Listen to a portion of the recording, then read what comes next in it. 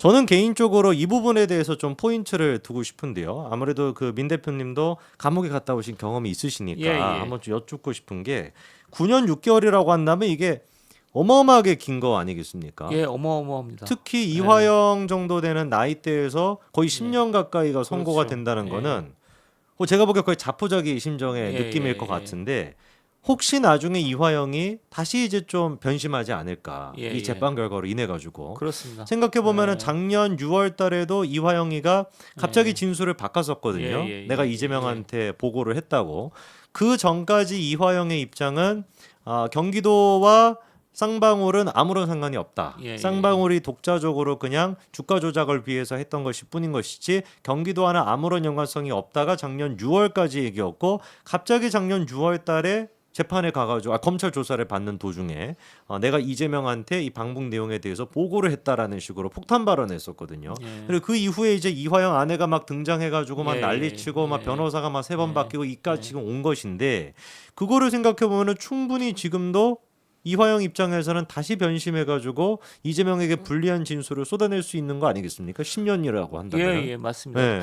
여러분이 감옥을 좀 이해하셔야 되는데요. 네네네네. 그러니까 첫 번째는 그러니까 9년 6개월은 너무 중형이에요. 그러니까 이화영이 61년생이에요. 어. 81학번이에요. 81학번. 81학번. 그러니까 저보다 3살 윈데 네. 81학번이면 지금 60대 초반인데 그렇죠. 10년을 감옥을 사면 70대 초반으로 나오는 거거든요. 그렇죠, 그렇죠. 그러니까 그 굉장히 비관적인 생각이 들어요. 그다음에 두 번째는 감옥 안에 이 양반은 독방에 있어요. 독방에. 네. 그리고 엄격 개호입니다. 개호니까 개호. 사람들하고 접촉이 거의 없어요. 어. 그러니까 하루 종일 자기하고만 있는 거예요. 네. 그러니까 지금까지는 재판정에도 왔다 갔다 하고 그다음에 검찰에도 왔다 갔다 하고 해서 바쁘게 살았는데 점점 바쁘게 사니까 어쨌든 사람들하고 금방 갔네요. 있으면 사람들하고 있으면 뭐 이렇게 딴 생각을 안 하게 되는데 그렇죠. 혼자 장기간 있게 되면 딴 생각이 들어요. 그러니까 비관적인 생각을 하게 되는 데다가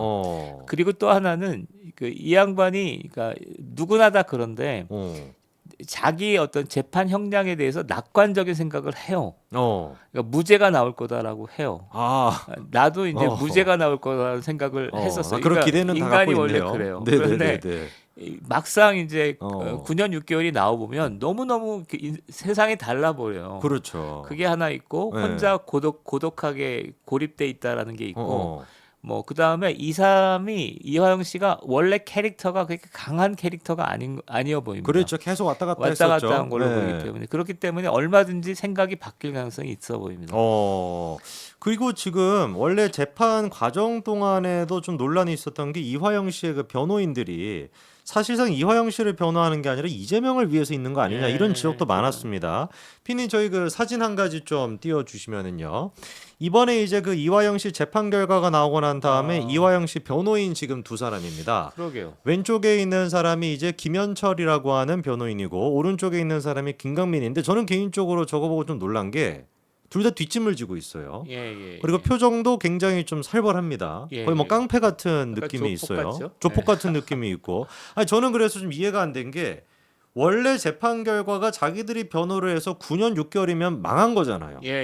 그러면은 지금이라도 재판부 보기에 약간 좀 뭐 반성하는 느낌이라든지 최대한 이화영을 생각한다면 약간 좀 소극적인 그런 모습을 보여야 될 것 같은데 저런 모습으로 기자회견을 하다 보니까 약간 좀 뭐라고 해야 될까? 이화영은 안중에도 없는 듯한 느낌이 들더라고요. 사진 내려주셔도 됩니다. 그렇게 보입니다. 네.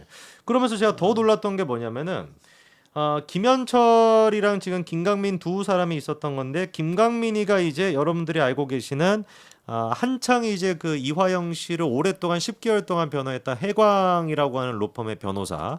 그 변호사가 이화영 와이프가 이화영의 의사와는 상관없이 해임을 하는 의견서를 법원에 제출했었고 그래서 그거를 이제 법원에서 이화영 씨가 그거는 내 뜻이 아니다라고 했다가 이화영 씨 와이프가 깽판을 쳤었죠.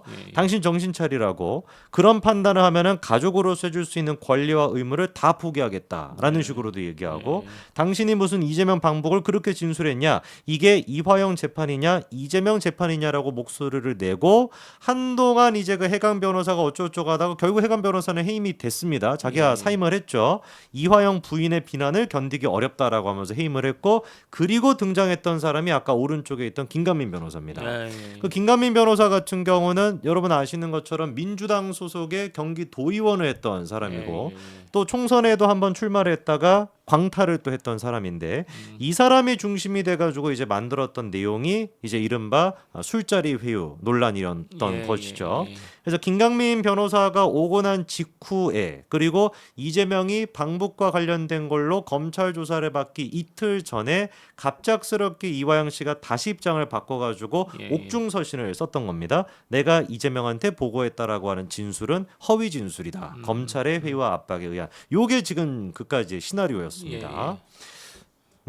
전체적으로 보면 저도 변호사들을 보고 깜짝 놀랐어요.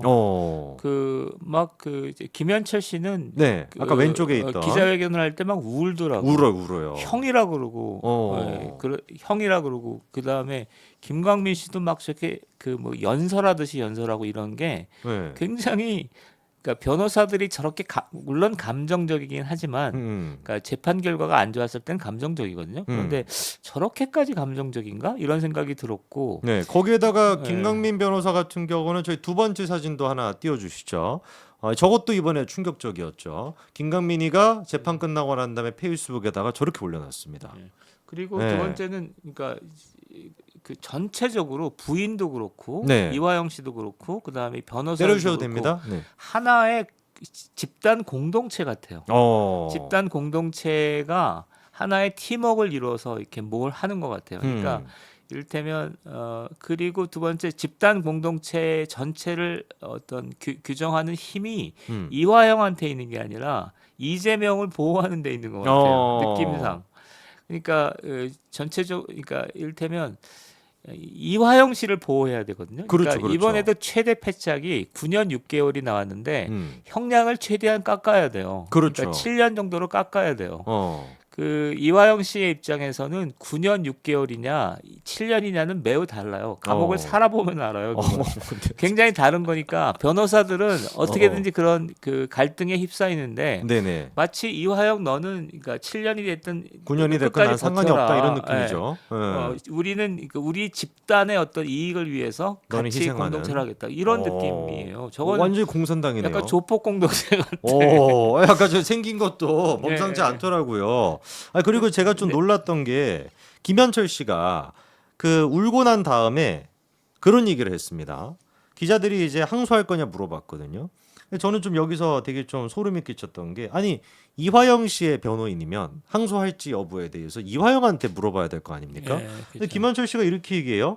형수님과 상의해서 준비할 것이다 이렇게 얘기합니다. 그러니까 이화영 와이프랑 이화영의 항소 여부에 대해 가지고 상의를 하지 이화영한테 상의를 하겠다는 얘기가 아니거든요. 저 이 얘기를 듣고서 이게 진짜 뭐냐? 이 지금 이화영 씨의 변호인들 같은 경우는 김현철이가 이제 여러분들 그 유명한 그 얘기를 했던 사람이죠.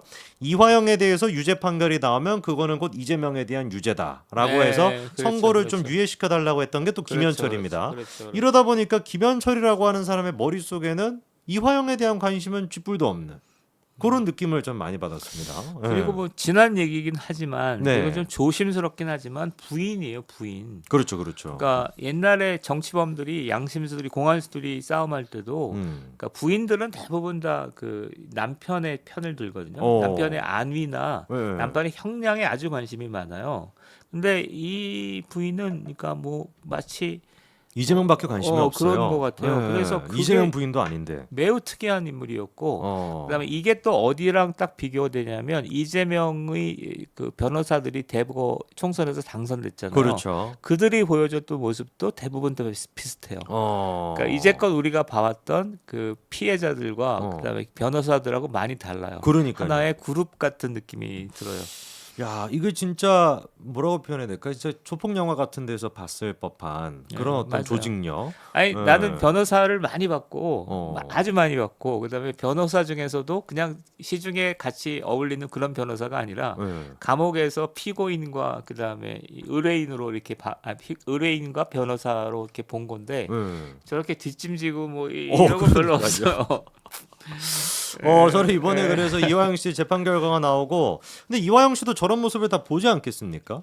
네. 그렇잖아요. 네. 뉴스도 자기가 보고 할 텐데 이렇게 되면 될수록 자기가 점점 뭔가 버려지고 꼬리 자르기 된다라고 하는 느낌도 분명히 제가 보기엔 받을 것 같아요. 네. 예, 그리고 9년 6개월이라고 하는 그 어마어마한 지금 판결 앞에서 자기 변호사들과 자기 와이프가 자기를 위한 행동을 하는 게 아니라 저런 행동을 하는 걸 보면은 충분히 제가 보기엔 이화영 씨가 다시 한번 작년 6월 달처럼 또다시 이재명한테 불리한 진술할 가능성이 있다라고 저는 봅니다. 예, 많이 흔들릴 것 같습니다. 네, 그래서 여기까지 해가지고 이 주제 한번 정리를 해보겠습니다.